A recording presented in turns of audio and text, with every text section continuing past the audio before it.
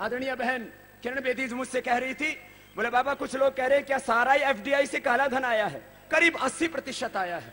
जो 20% ईमानदारी से काला धन आया है उस पर विरोध नहीं है, लेकिन परंतु ये 80% करीब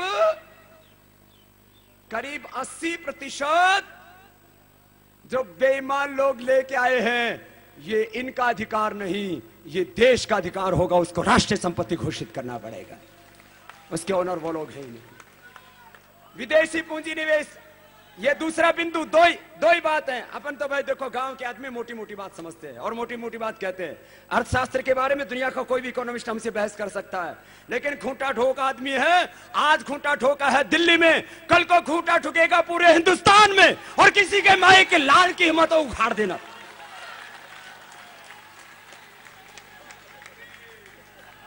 और सुन लो भाई, विदेशी पूंजी निवेश एफडीआई के नाम पर जो देश में धन आया है, उस धन के मूल स्रोत व वास्तविक मालिकों के बारे में पूरी जानकारी उपलब्ध कराने का कानून और प्रावधान सरकार को तुरंत करना चाहिए।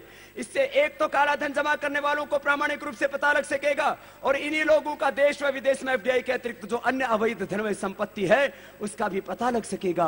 वह देश को पूरा 400 लाख रुपए काला धन मिल सकेगा। इससे देश में आर्थिक पारदर्शिता, इकोनॉमिक ट्रांसपेरेंसी आएगी। ये दो ही तो बातें हैं। अरे भाई तुम्हारा काला धन नहीं है तो काले धन को देश को दिलाने में तुम्हें आपत्ति क्या?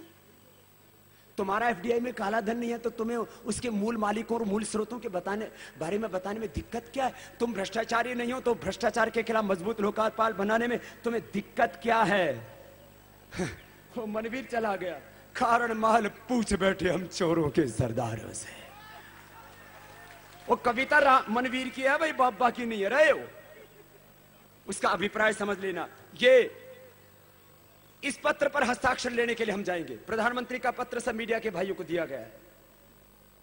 हमने गडकरी जी से भी बात की है, उनसे भी कल मिलने वाला हूं। जिन्होंने टाइम दे दिया उनके मैंने नाम बता दिए हैं, जिन्होंने नहीं टाइम दिया उनसे हम टाइम शालीनता के साथ लेंगे। देखो अभी बात की जा रही थी कि बाबा रामदेव और अन्ना हजारे की टीम में फिर से जंग शुरू। क्या हुआ? बोले बाबा ने कहा नाम मत लो। अन्ना हजारे साहब ने 6 विकेट ले लिए बिना नाम लिए ही। तो ना, लेकिन मैं एक बात कहता हूं, हम भी कभी कभी नाम लेते हैं, लेना भी पड़ता है। भाई केजरीवाल जी ने भी ट्वीट किया है, नाम लेना भी पड़ता, हम भी लेते कभी कभी।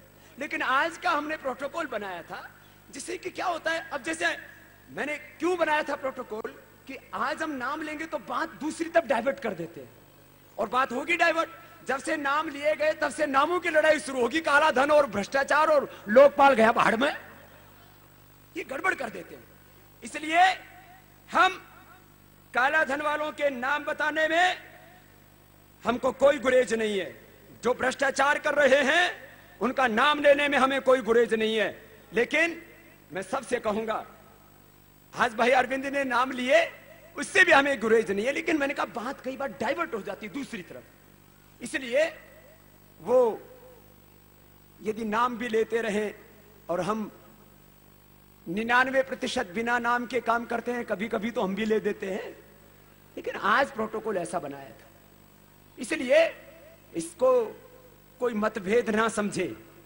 ये तो बात को कहने का थोड़ा तरीका अलग अलग हो जाता है कई बार।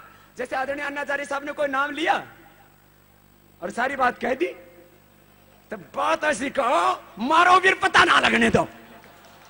अपने देश की कहावत है, ऐसे गुम चोट मारो, बाद में मालिश करता रहे अपने। मैं अपने तो देसी आदमी में देसी बात समझ में आती है। दूसरी बात, और एक और अफवाह फैला दी, बाबा रामदेव और अन्ना हजारे का साथ छोड़ के केजरीवाल बीच में भागे।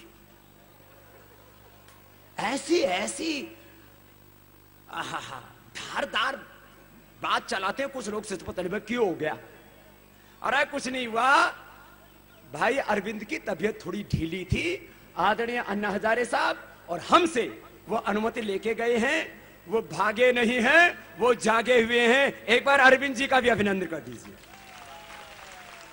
अब बात कहने के तौर तरीकों को लेकर के कोई इसमें घर में भी तो बाप बेटे की, गुरु शिष्य की कई बार बात कहने के तौर तरीकों को लेकर के कोई बात रोज होती रहती है। ये कोई विवाद का मुद्दा थोड़ी है।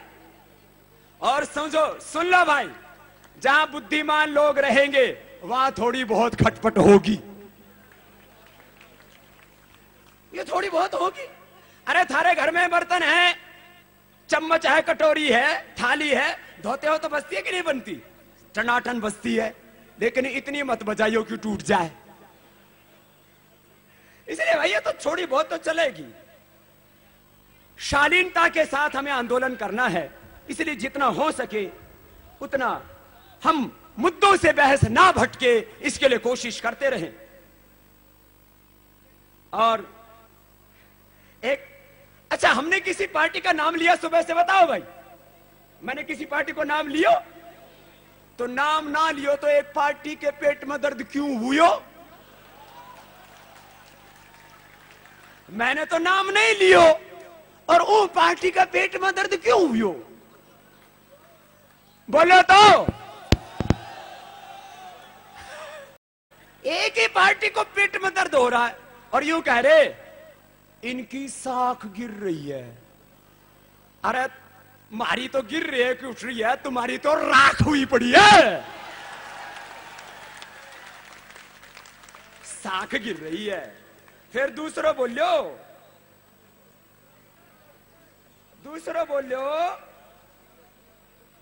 कि यो बाबू और यो अन्ना, यो बाबा जी और यो अन्ना जी देश के खिलाफ साजिश कर रहे हैं। बोलो भाई, हम कोई साजिश कर रहे हैं क्या? भाई जो हम काम कर रहे हैं इसमें कोई साजिश नजर आवे थाने? फिर कौन सी साजिश कर रहे हैं भाई? कौन सी क्या बोला अंग्रेजी में इसने? कॉन्स्पिरेसी।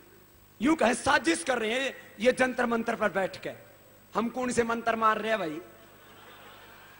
साजिश ये करे देशद्रोहियों को बिरयानी ये खिलाए।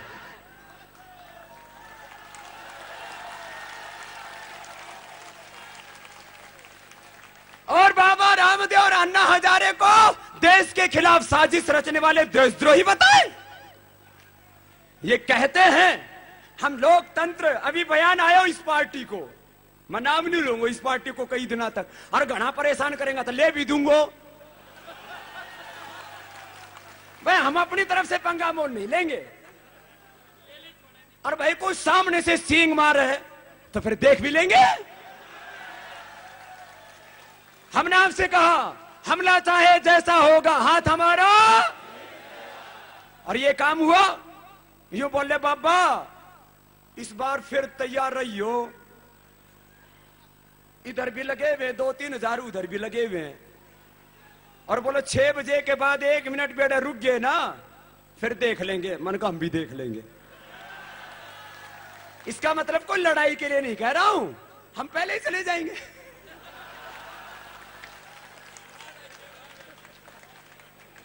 भाई वो 1 मिनट में पंगो क्यों करनो? भाई हमारा पंगा कोई पुलिस से थोड़ी है। हमारा पंगा तो काला धन लाने से है। हमारा पंगा तो मजबूत लोकपाल बनाने से है। कोई पार्टी से हमारा, अच्छा बताओ, पार्टी से हमारा और इन नेताओं से हमारा कौन सा खानदानी बैर है? अरे हम खानदानी किसान हैं। हम खानदानी किसान हैं और कर्म से सन्यासी हैं।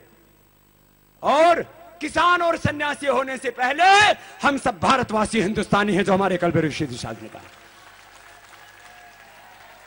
तो भाई यूं बोले ये तो साजिश कर रहे हैं, लोकतंत्र पर हमला कर रहे हैं। आदरणीय प्रधानमंत्री जी, आपके कैबिनेट में रत्ते 1,76,000 करोड़ रुपए का 2G घोटाला हो गया। 70,000 करोड़ रुपए से ज्यादा का कॉमनवेल्थ घोटाला हो गया। आदर्श घोटाला, और घोटालों का नाम क्या बताएं, इसमें तो है बहुतों का मुंह काला। और जब कोयला का हुआ महा घोटाला, करीब 50 बिलियन टन। जोर से बोलिए तो कितना? इसकी कीमत पता है कितनी है? करीब 200 लाख करोड़। कितनी? किसकी संपत्ति है? हमारी है। ये देश की संपत्ति है, देश की जनता की संपत्ति है। उसने बेच दी हो। लोकतंत्र को खुद कमजोर कर रहे हैं। याद रखना, मैं प्रामाणिकता से इस बात को कह रहा हूं। बड़े बड़े लोग यहां पर बैठे, हमारे वैदिक जी साहब से लेकर के तमाम लोग, हमारे पत्रकार भाई बैठे हैं। आजादी के 64 वर्षों के इतिहास में लोकतंत्र और लोकतांत्रिक संस्थाओं के ऊपर आज जैसे कमजोर लोग बैठे हैं, इतिहास में इतने कमजोर लोग कभी नहीं बैठे। मैं किसी एक व्यक्ति पर हमला नहीं कर रहा हूं, और व्यक्ति हमारा टारगेट भी नहीं है। देश का लोकतंत्र सबसे बड़ा होता है।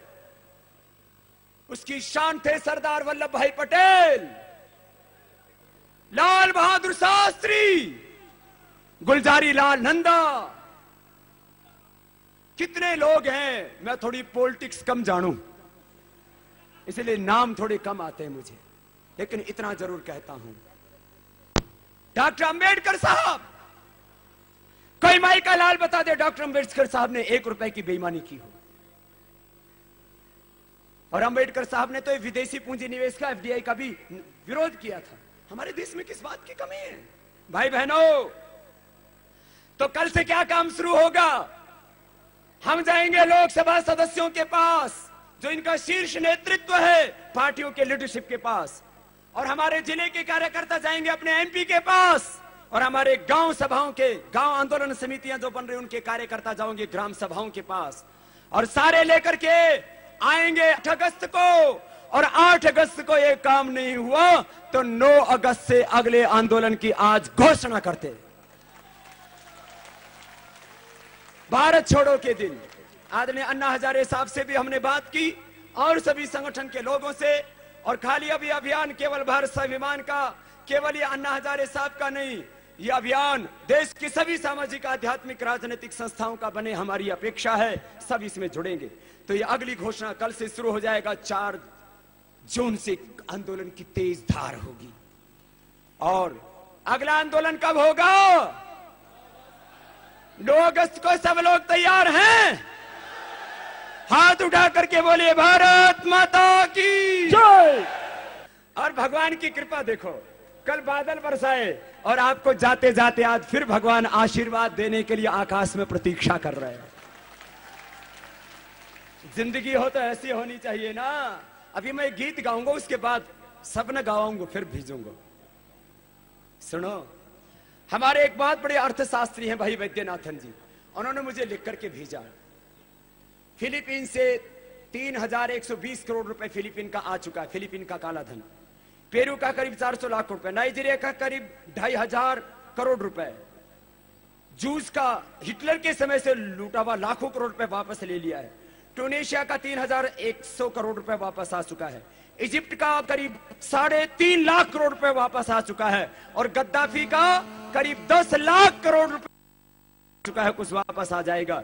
जब गद्दाफी का 10 लाख करोड़ रुपए आ सकता है तो हमारा 400 लाख करोड़ रुपए भी वापस आएगा। और हिंदुस्तान के किसानों को, जवानों को, हिंदुओं को, मुसलमानों को, बच्चों को, दलितों को, वाल्मीकियों को, वनवासियों को, सबको न्याय मिलेगा। देश की तरक्की होगी, खुशहाली होगी।